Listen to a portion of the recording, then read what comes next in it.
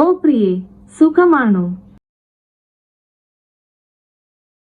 Kenny, ഞാൻ കുടുങ്ങി.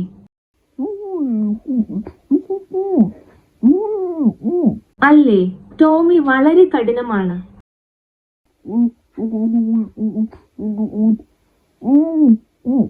ആഹ്, സഹായിക്കൂ ദൈവമേ, ഞാൻ വണ്ടിയോടിക്കുകയാണ്. ശരിക്കും? അതെ.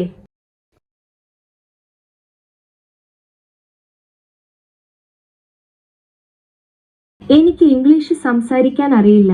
എന്താണ് അവിടെ നടക്കുന്നത്?